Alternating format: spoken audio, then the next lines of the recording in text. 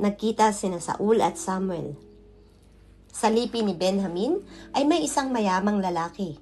Siya ay si Kish na anak ni Abiel at apo ni Zeror, mula sa sambahayan ni Becorat at sa angkan ni Apia.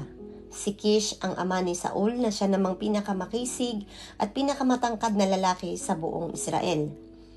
Minsan, nawala ang mga asno ni Kish, kaya inutusan niya si Saul na magsama ng isang katulong at hanapin ang mga asno. Naghanap sila sa buong kaburalan ng Ephraim at sa lupain ng Salisa, ngunit wala silang nakita ni isa man. Nagtuloy sila sa Alim, ngunit wala rin doon. Nagtuloy sila sa Benjamin at wala rin silang natagpuan doon. Nakarating sila sa Zuph, ngunit wala pa rin silang nakita. Kaya't nagyaya nang umuwi si Saul. Sinabi niya sa kanyang kasamang lingkod, "Umuwi na tayo at baka tayo naman ang inaalala ng aking ama." Sumagot ang kanyang kasama, "Sandali lang, sa lungsod na ito ay may isang lingkod ng Diyos.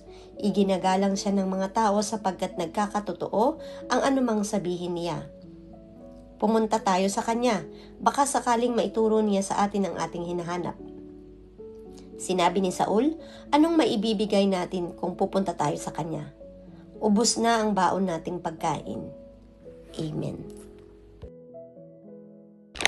Isang mapagpalang buhay pong muli sa ating lahat. Samahan niyo po akong muli sa pagbabahagi ko ng salita ng Diyos. Sinasabi po dito sa Aklat ng Samuel, Kabanata 9, versikulo 8 hanggang 14.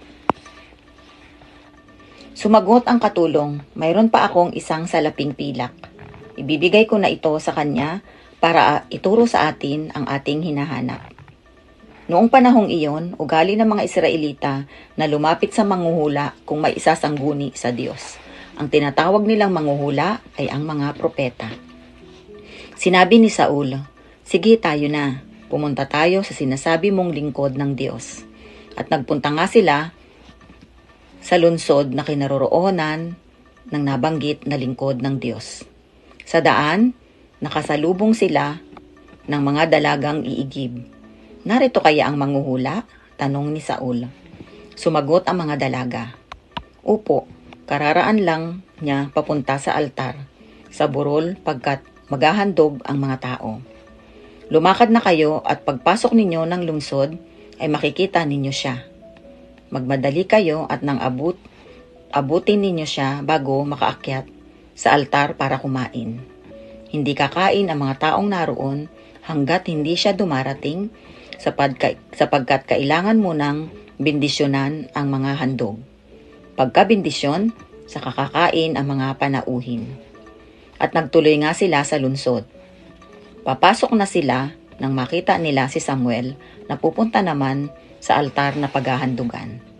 Ito po ang mga salita ng Diyos. Salamat po sa Diyos. Amen. Ang aklat ng unang Samuel, Kabanata 9, versikulo 15 hanggang 21, at ang sabi, Isang araw bago dumating si Saul, sinabi na ng Panginoon kay Samuel, "Bukas sa ganito ring oras, papupuntahin ko sa iyo ang isang tao na galing sa lugar ng Benjamin. Pahiran mo ng langis ang kanyang ulo bilang tanda na siya ang pinili kong magiging pinuno ng mga mamamayan kong Israelita. Ililigtas niya ang aking mga mamamayan sa kamay ng mga Pilisteo dahil nakita ko ang paghihirap nila at narinig ko ang paghingi nila ng tulong." Nang makita ni Samuel si Saul, nagsalita ang Panginoon kay Samuel, "Siya ang taong sinasabi ko sa iyo, pamumunuan niya ang aking bayan." Lumapit si Saul kay Samuel na may daang papasok ng bayan at nagtanong, "Saan ba rito ang bahay ng manghuhula?"